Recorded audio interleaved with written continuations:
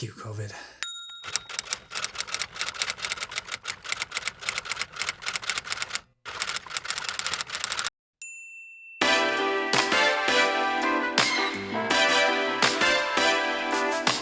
Okay, the Google Pixel 5. This is hands down the best Pixel that I think Google has ever made, and after 6 months of using this phone, I almost feel as though that sentiment is even stronger. It's by far the most reach for Android phone that I've been using for the past few months, and it's really nice that it's standing up to the test of time. Now that being said, no phone is perfect, and there's definitely some improvements that I want to see on the new Pixel 6 that Google will be launching later this year. So today I thought I'd do kind of a hybrid review going over my favorite features on the Pixel 5 over the past 6 months, while also going into the new things that I want to see Google implement in the new Pixel 6. Now before we jump into the review, in case you're new here, I'm Jason. I would really appreciate it if you give this video a thumbs up. It really does help me out. And in case you're a tech junkie like me, don't forget to subscribe to the channel so you can stay up to date with all the reviews. Okay, the first thing that I've really enjoyed about the Pixel 5 over the past 6 months has been the physical design and the form factor. And I'm going to start with the latter because when it comes to size and fit in the hand, Google really nailed it out of the park with this one. The Pixel 5 adopts a smaller, more right-sized form factor that's become really popular since 2020, and is really well executed here. The phone is easy to operate and hold with one hand, which is a stark deviation from most phones these days. All the buttons are easy to access, including the fingerprint reader on the back, and ergonomically, it's just a really great phone. Now they were able to pull this off because Google finally implemented a design element that it's never had before, and that was giving the Pixel 5 an edge-to-edge display. Now that can sound bizarre because edge-to-edge displays weren't new in 2020, Google was just really behind, but I'm really glad to say that they did a good job with the first one. It has a very small, uniform-sized bezel with only a hole punch cut out for the front-facing camera, and it makes for a really immersive user experience. This really makes the smaller form factor work because you don't lose anything in terms of enjoyability, and it really is the perfect pairing.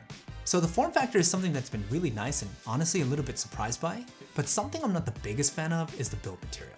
So Google used recycled aluminum for the main build material for this phone, which in normal circumstances would be perfectly fine, but it's weird because they covered it in this coating that gives it this really flat, almost eggshell-like finish. And even though it is nice that it doesn't attract fingerprints, at the end of the day, it doesn't feel like it's aluminum. It honestly feels more like a hard plastic, and it's just so lackluster compared to the beautiful phones that are out today. So one of the main things that I have on my Pixel 6 wish list is that I hope Google ditches this recycled aluminum and goes with something like a frosted glass panel that's been super popular these days. Both Apple and Samsung have been doing a fantastic job with this new material, and I think it would look gorgeous on a Pixel. But with that, let's talk a little bit more about the hardware on the Pixel 5 and how my experience has been over the past 6 months. So to me, the best piece of hardware on this phone has got to be the display, and even though it only comes in at 1080p resolution, it's an OLED panel that looks absolutely gorgeous. You get saturated, vibrant colors, solid contrast with those inky blacks, and because of the edge-to-edge design, doing things like watching videos and playing games is pretty entertaining on this phone. But the main thing about this panel that makes it so enjoyable has got to be the 90Hz variable refresh rate that honestly, Google did a good job of putting together.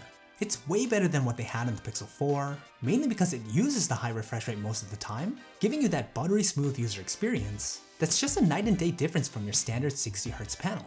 Now it would be awesome if the Pixel 6 comes with a 120Hz variable refresh rate, but not if it comes at the expense of battery life because that's another area where the Pixel 5 has just been crushing it. I could easily get about 7.5 hours of screen on time with this thing, even on days of heavy use, which is a welcome change of pace from the Pixel lineup. Now it's not all perfect and there's definitely areas where the Pixel 6 needs to step it up, and I would say the main area is the speakers. Even though the Pixel 5 has stereo speakers, one of them is embedded underneath the display, and it's just not loud enough and pales in comparison to the competition these days, which is a shame because the rest of the phone is so well made for content consumption. Now another thing on my Pixel 6 wish list is that it finally adopts an in-display fingerprint reader.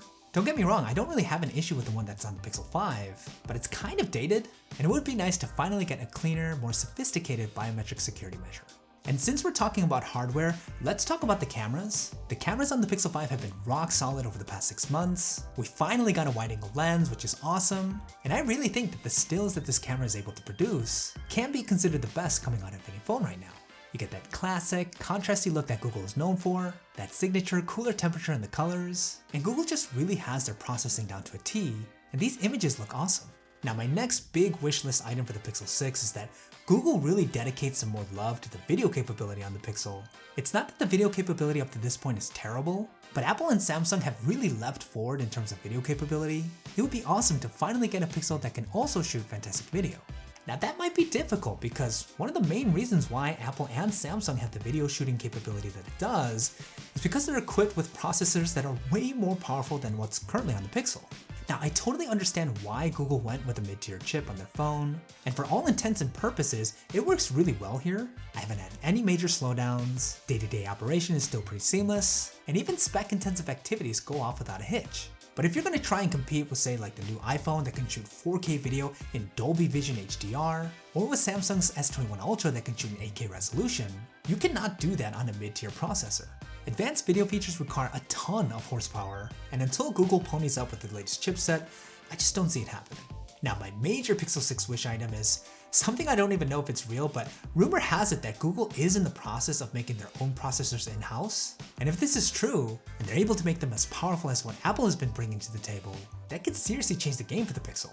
One of the main reasons why Google doesn't go with the flagship processor is to keep the cost low, but if they have their own chipset, it should make for a lot of cost saving. So hopefully we can get a super powerful processor without increasing the price. Now again, that could be asking too much, and all of this could just be a rumor. And honestly, I don't want to take anything away from the Pixel 5 because it's been such a great phone, and I really hope that they build upon what they put together here for the new Pixel 6. But hey, that's just me, and I want to hear what you guys think. What do you guys think about the Pixel 5 6 months later? And what do you want to see in the Pixel 6? Curious to get your thoughts, let me know what you guys are thinking in the comments down below.